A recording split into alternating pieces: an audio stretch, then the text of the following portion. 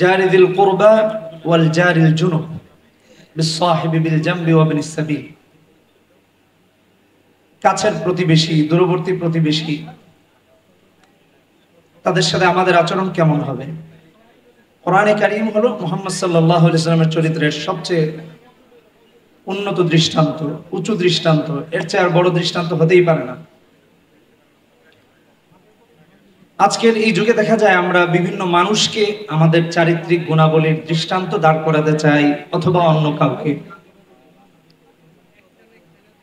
দেখুন, আমি দেশে ছিলাম না, হ্যাঁ, এখানে অনেক কারা নির্যাতিত ওলামায়ে কেরাম এখানে বসে আছেন। কেউ কারা নির্যাতিত হয়েছেন, কেউ দেশ ছেড়েছেন, এরকম অনেকেই আছেন। মুফতি সাখাওয়াত হোসেন রাজি সাহেব, আমার উস্তাদ, হযরতের মাদ্রাসায় আমি একটা বক্তব্য দিয়েছিলাম। আপনাদের মনে আছে কিনা তখন, যে চট্টগ্রাম আদালতে একটা স্লোগান দেওয়া হয়েছিল, একটা একটা মুসলিম ধরে ধরে জবাই কর। এর প্রতিবাদ করেছিলাম। আমাদের 90% মুসলমানের দেশে যদি কেউ এই ধরনের কথা বলে, আর এতে করে যদি সবাই রাগ হয় মুসলমানেরা, তাহলে তো অবস্থা অন্যরকম হয়ে যাবে। এটা নিয়ে কিছু বক্তব্য দিয়েছিলাম। কাউকে আঘাত করে নয়, কাউকে কিছু বলে নয়।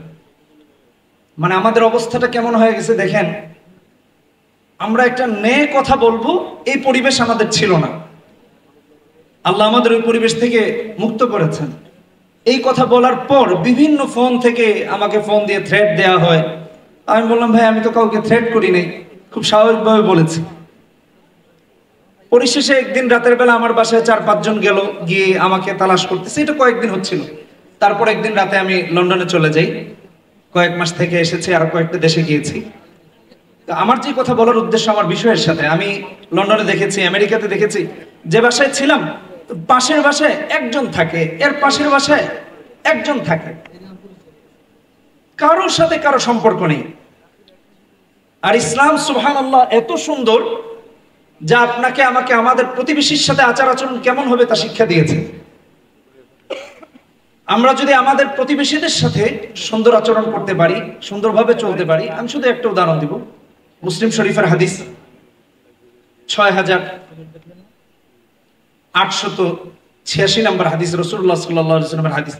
নবীজি বলেছেন, যখন কিছু পাকাবা আবু যর রাদিয়াল্লাহু তাআলা আনহু, তখন আরেকটু বেশি করে পানি দাও, যেন প্রতিবেশীকেও দেওয়া যায়।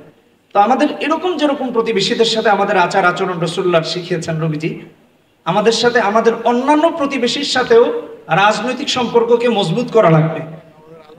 নচেত দেখা যাবে যে আমাদেরকে যে কেউ ধাক্কা দিয়ে সরিয়ে দিচ্ছে, ধাক্কা দিয়ে আমাদেরকে ফেলে দিচ্ছে, যা আমাদের হচ্ছে।